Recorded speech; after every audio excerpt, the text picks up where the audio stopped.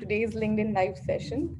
Before we start today's session, I would like to give you a brief background. Center for Responsible Business, in short, as we say as CRB, is a think tank working towards integrating sustainability into core business practices. Some of the thematic areas that we work on are circular economy, business and human rights, sustainable development goals, and voluntary sustainability standards. At CRB, given that sustainability is a multi-dimensional problem, CRB has adopted a multi-stakeholder engagement model for building responsible businesses. And as part of its engagement with various stakeholders, every year, CRB hosts its flagship conference titled as India and Sustainability Standards. And this year, it will take place from 27th to 29th of October. Today's LinkedIn Live session is part of the conference focused on one of the sessions, which is on elimination of child labor in Indian and apparel textile value chain. It is supported by ECO, which is Innovative Change and Collaborate, and an organization ICCSPL. Eco India is a development organization working on sustainable livelihoods and justice and dignity for all. In the context of child labor, ECO is specifically committed to implementing the child rights business principles and is working towards eradicating child labor in the global supply chains in the ready-made garment sector. Now, without wasting any more time, I would like to introduce our today's speaker, Mr. Ale Bara. Hello, sir. He Hello, good morning. Good morning. Ale Vara is the executive director of ECO. Prior to joining ECO, Ale was the CEO of Reach India. He has an extensive work experience of more than 30 years with the government and non-profit sector. He has worked in reputed international organizations like Freedom from Hunger, American India Foundation, Rashtriya Gramin Vikas Nidhi. He has also served as senior fellow at the Institute of Policy Study, Johns Hopkins University. He was awarded Ford Motor Company International Fellowship as a community leader.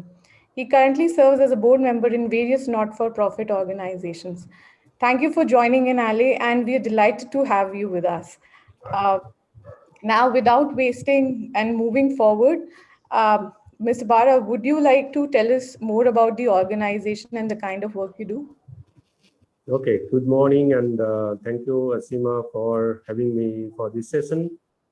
As you already mentioned, we are a development organization and we are working with two core principles, as you mentioned, securing sustainable livelihood and dignity and justice for all. And our vision is a just and inclusive and equitable society. And so during our journey of last 13 years, we have been working with small and marginal farmers, women's group, artisans, producer group, and other disadvantaged communities. Our area of work expands from Northeast.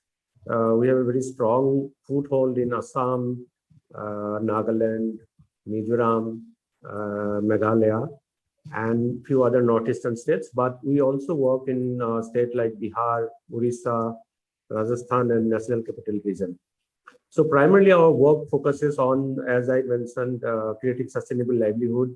So we kind of mobilize farmers group and kind of make them into producer group, help them to form producer company, and also give them access to market for their products.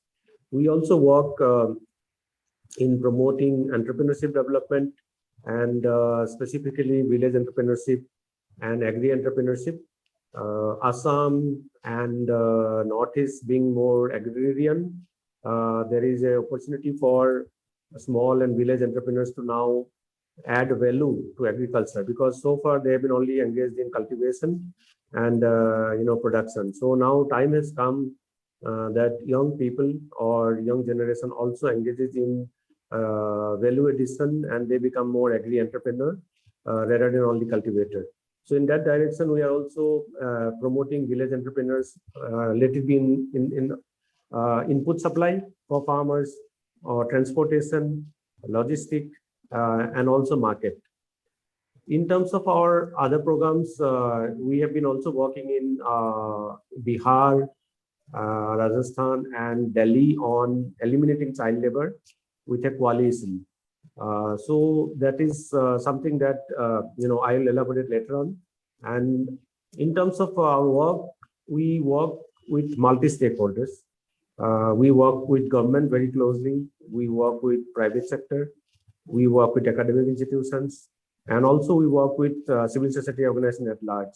So we try to bring multi-stakeholders together because you will appreciate that issues on livelihood or child labor or empowerment of women or gender requires efforts from various organizations.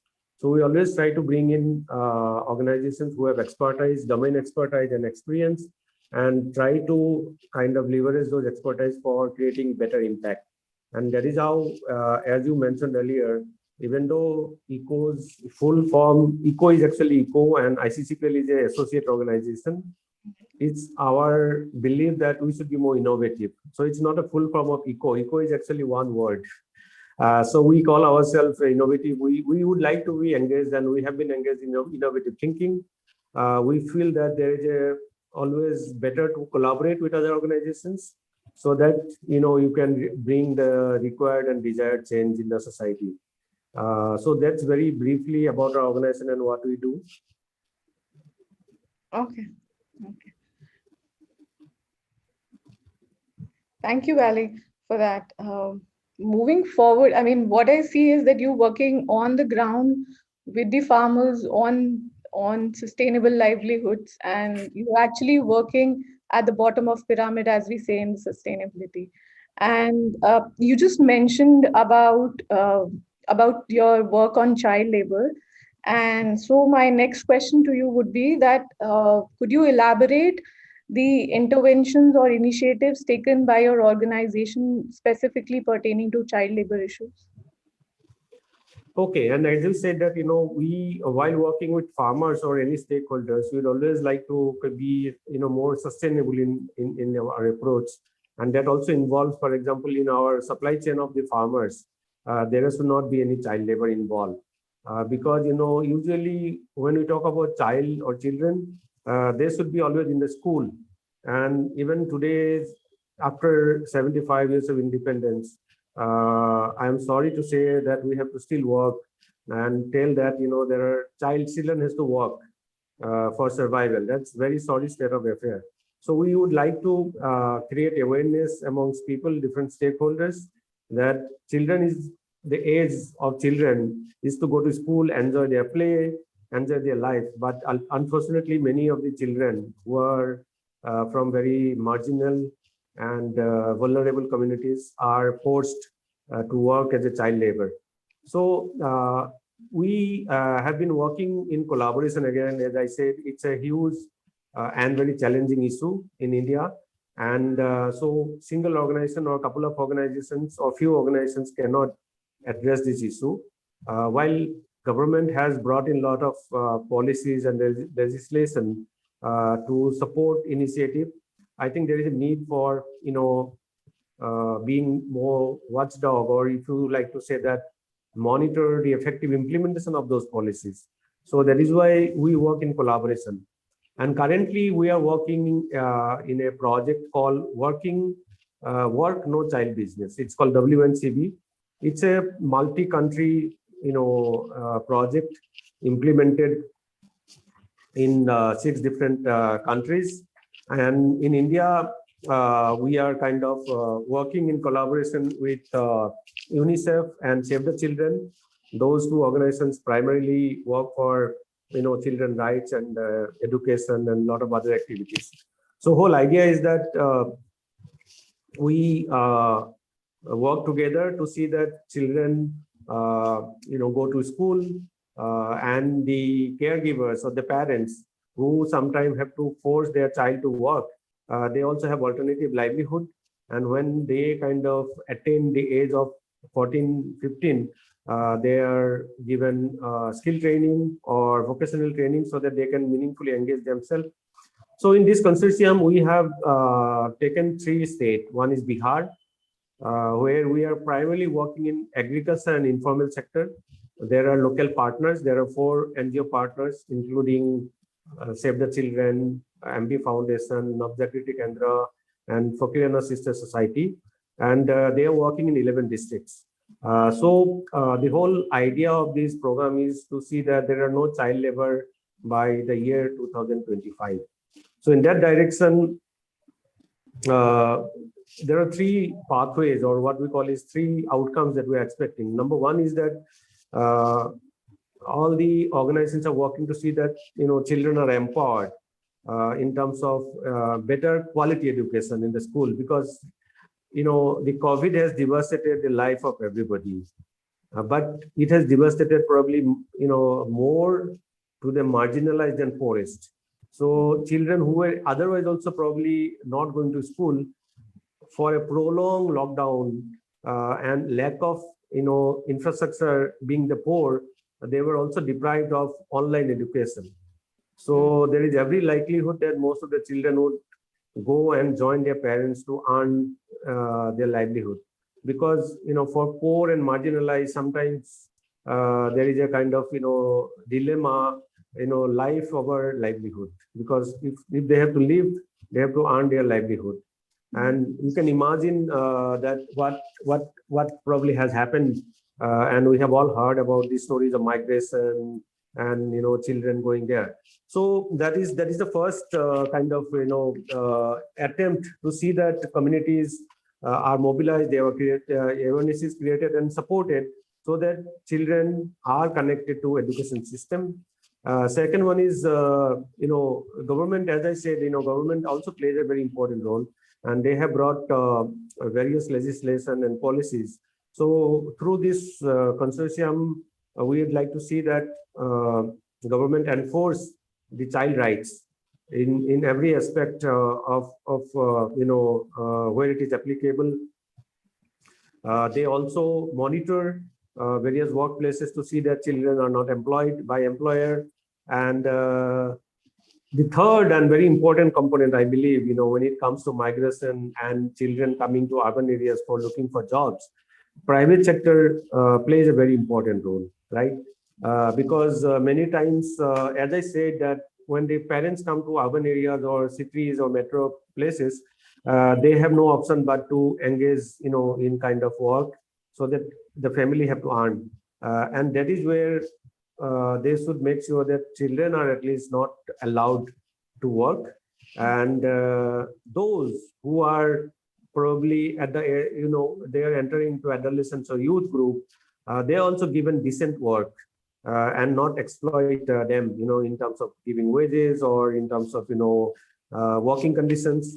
So these 3 things, we believe that if we work in collaboration as a coalition, but we work with local communities, schools, because we are the one of the partner is All India Primary Teachers Federation. So they have a huge network of primary teachers who are also change agents, because they are the one who is educating the children. So they are also trying to see that how they can actually educate the children. They feel that prolonged lockdown has disconnected the children from the school system. So how they can be brought back to school and give quality education. So this initiative is going on, and I think we are making much headway in that. In Rajasthan, we are working primarily with local partners like Aravali and Manjuri, and the focus is more on natural stone. As you know, Rajasthan, is a place where you get a lot of stone and marbles and all, and there is every likelihood that migrated families would be engaged there. So again, there we are trying to see that how children are kept out of the work, and they go to school. Their alternative livelihood is created. And in National Capital Region in Delhi, the Save the Children and All India Primary Teachers Association and ECO, we are working together specifically in the apparel and textile sector. So there again, we are trying to work with tier 1, tier 2, tier 3 suppliers, because Delhi also produces a lot of ready-made garments which are exported. And there is every likelihood that tier 2, tier 3, and nowadays even home-based work during lockdown period. And children are definitely engaged in this home-based work. So, unless we work with local authority, government, school, civil society, parents, the problem of child labor is a huge challenge. So in that direction, ECO is kind of being the country lead for this work no child business, trying to bring different stakeholders, alliances, organizations who are working to eliminate child labor. Thank you. Okay, thank you, Ale.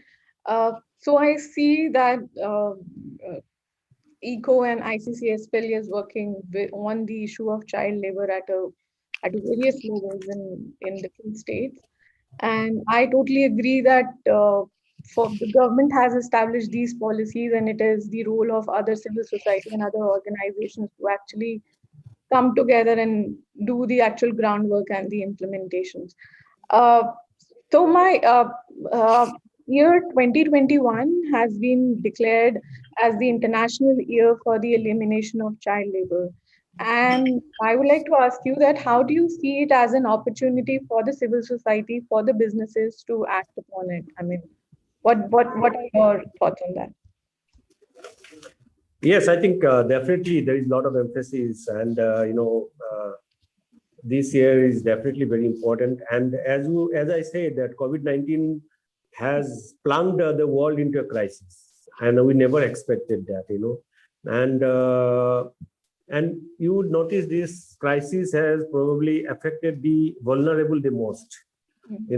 We are very fortunate to probably able to negotiate with the crisis. We have the resources, but very poorest communities, poorest neighborhood, migrant workers,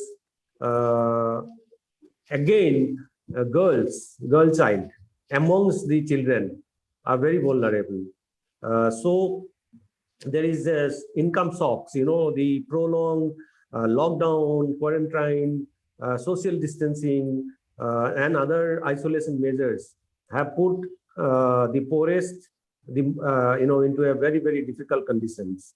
So you can imagine the kind of pressure each of the family has to earn their livelihood, to send their children to school if at all they want to send it. But that is where I think we need to be very, very aware, and we need to create awareness in society, through not only through civil society, but through your citizens group, through private sector, through government effort, that the marginalized community, children, and within that, children who are disabled, children who are, many children have lost their parents, unfortunately. So you can imagine their conditions. So we need to be very, very mindful that it is not just in India. It's a huge, massive global, phenomena that has happened, and so we are already kind of suffering, and the economy has been suffering.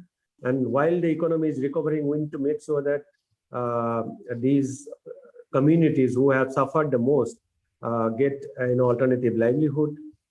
They get benefit that government has announced, whether it is cash benefit or kind of transfer, whether it is ration and all that, so that they are able to at least take care of their life. The equally important is, as I already said, that the private sector, because many times they are also being accused of employing child labor. But many private sector has also shown with the examples that they really kind of make sure that they provide good working conditions for caregivers, their workers, and they kind of can then take care of their families. So there is no vulnerability. So private sector has to also play a role, especially during this time when we are trying to recover from the shocks in terms of our health, in terms of our economy. And so everyone needs to come together, and we need to be alert all the time. So we are also trying to identify specifically vulnerable communities, vulnerable children, the girl child, and trying to see that how they can get support on time, so that they are not put into further vulnerability in case third wave. You never know. We are not very sure how things will turn around, because as I said, it's nothing to do with only India. It's a global phenomena, and we all need to be prepared. So in that, I think we need to be coming up with plans if there are kind of use of technology, whether it is ICT or any kind of electronic or online technology to reach out to children who are still not linked to. We need to reach out to communities for greater awareness. We need to reach out to health benefits so that everybody is vaccinated, children are safe. So we have to create that, and that's the responsibility of everybody. You can't just put everything to government, the communities, the citizens, corporate sector. Everybody has a role to play, and I think that is where we are trying to kind of bring as many stakeholders as possible, trying to sensitize communities. And as I said, there are so many different areas. Apparel and garment is only one subsector. So there is, construction sector, there is agriculture sector. There are so many, there are so many sectors within the, informal sectors. So there we are trying to again work together to see that there is, support for children. They get that kind of, support. The migrant children get the kind of things. And again, the whole emphasis is to prevent children from working. It's easier said than done, but if we are all aware about it, if we are about sensitive about it, if we are caring for them, I think there is a way for all of us. Yeah. Thank you, Ali. I mean, I totally agree, and there are numerous reports which have mentioned that how children have been impacted by the COVID. I mean, people have been brought down into poverty again, and it is leading for the students or the children to work again as child laborers in work units or other places. And with the not so pleasing situation, there is also, I see, an opportunity where we or the government or the businesses can work along together on this issue. So point well taken. And my next question is related to this pandemic and this whole situation. We see that, I mean, there are numerous reports again that pandemic has upended life at all levels. But can you share the ground reality or very specific post-COVID fears or consequences which you are actually observing on the ground uh, related to child labor issues? Yeah, again, if you look at, India, there are kind of a lot of, lot of already child labor. According to 2010-11 census, there are more than 10 to 12 million children are engaged in working. Okay, and the COVID has further, worsened the situation. And when I talk specifically about textile and garment industry, I think overall in India, it employs more than 45 million people, and significant part of these women.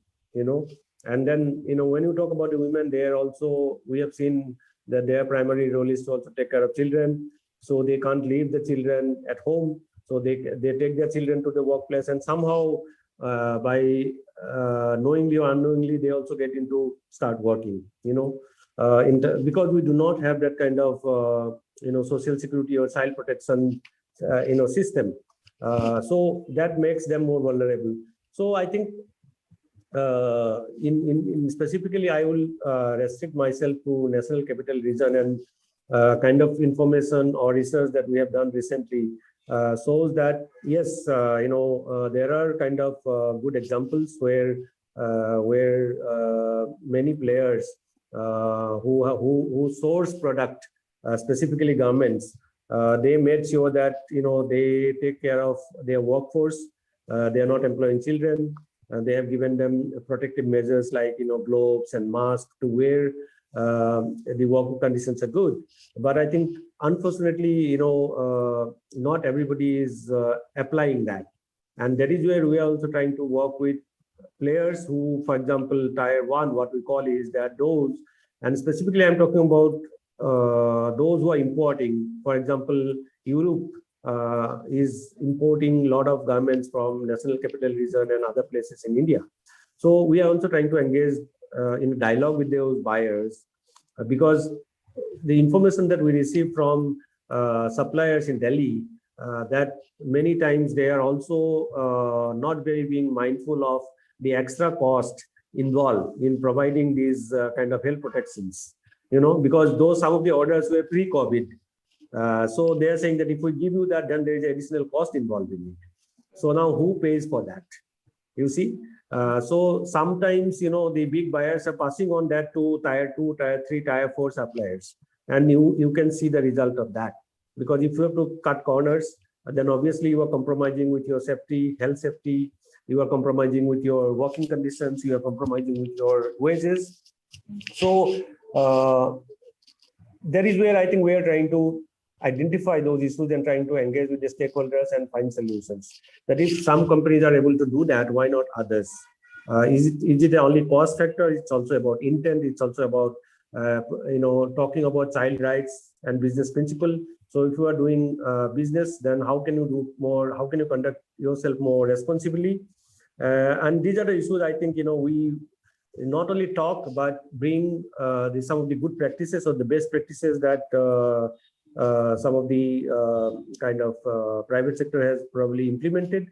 So how others can learn from it, how others can evaluate from it, what challenges are there still, and we need to all address together. For example,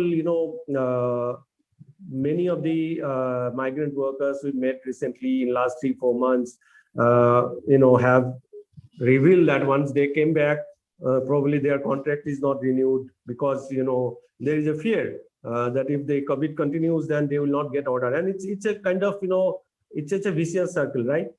So you cannot expect a supplier who is supplying also to kind of pay from his pocket because he has to make some profit.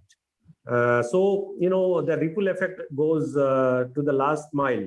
And I think that is where we are trying to engage with the big brands. We are trying to engage with the associations, both manufacturer as well as trade unions who are working with workers to make sure that they come together, they discuss the challenges, and they find the solutions. Because sometimes we find that we tend to ignore the challenges. We feel it is too big to be addressed and found solutions. But I think if we all come together, if we want to recognize the problem as a problem and try to find a solution, I'm sure there will be a way out.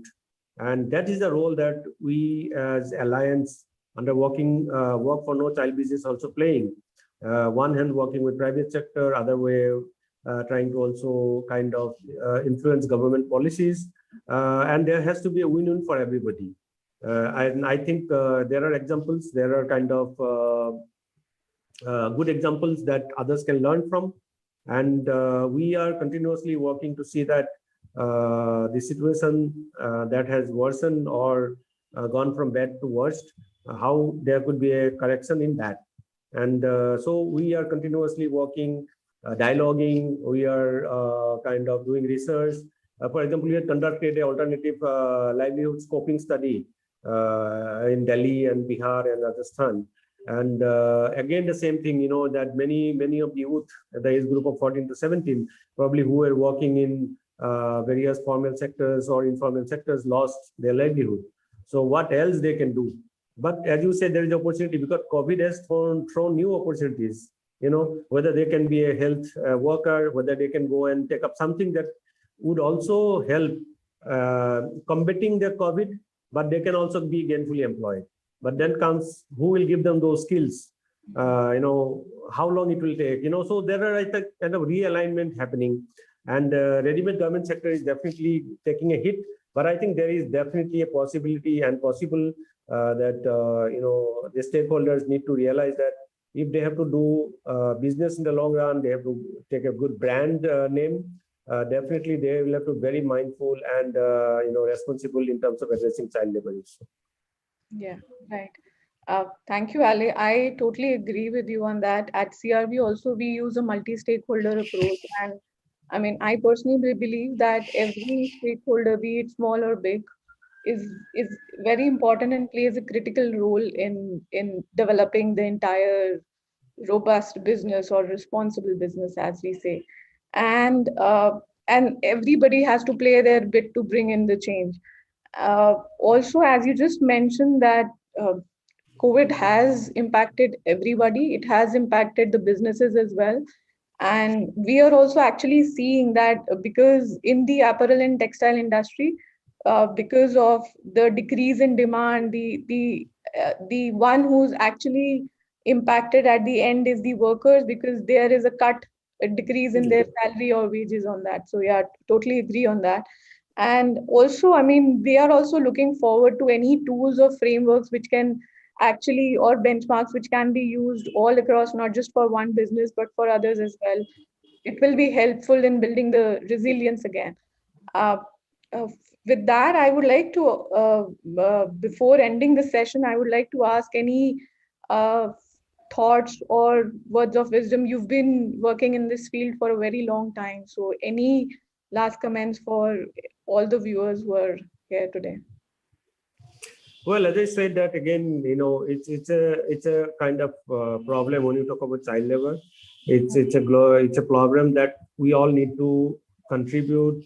We all need to chip in and address it. In terms of, as you said, in terms of doing responsible business, I think there are various tools already available, and various organizations have come up with those tools. For example, sometimes it's child labor is something that very not very visible, you don't you don't see, so it's a very hidden kind of a thing. So sometimes maybe even a big brand may not be aware, Hmm. that what is actually happening in the ground. So organization like Center for Responsible Business and eco and other stakeholders can work together and provide them specific tools that how do you actually identify, how do you really do a mapping of your supply chain. you Hmm. know have you ever gone and found out that t-shirt that you are procuring, who are the people who is producing it, under what conditions are they producing it, you know uh, so I think there are various tools available, and I think we would look forward to work together with Center for Responsible Business and other like-minded organizations to not only disseminate and create awareness about those tools, but also probably develop new tools if need be, depending on our local context, to see that how we actually have a win-win situation. And as I already repeatedly said, that 14 to 17 years of age group is very crucial, because many of the children who just come out of their class 10, 11, if they can be given vocational training, if they can be given guidance, and if private sector can play a very meaningful role in that, giving them vocational training, skill building, so that they don't have to really fend for themselves. And there are various skill building and various skill enhancement program going on. And if private sector can identify specific area, not only with government but in any other areas, then they can proactively encourage, and many of them are doing it. But again, I'm afraid that not all of them are doing it. Right. So so that is that is very important. Sorry, I Hmm. think there is a call. Okay, Ale. Um, Thank you very much. Uh, uh, very well uh, portrayed thoughts, and it was indeed an interesting session. Thank you, Ale, for sharing your experiences and the work you're doing. Today's LinkedIn Live session is just the start for a very interesting discussion, which will be a part of the Indian Sustainability Conference to be held from 27 to 29th of October. So everyone, please join in, and thank you so much for gracing us today with your presence. Thank you so much. Thank you, Asima. I think I wish all the best for the summit and really looking forward to take part in that. And I'm sure there'll be more rich and insightful discussion into this kind of issues. And I'm sure people from different across and walks of life will come and enlighten us about what can be done about it. And Yeah. looking forward to it. And thank you again for having me for this discussion. Thank you. Thank you so much. Thank you. Thank you.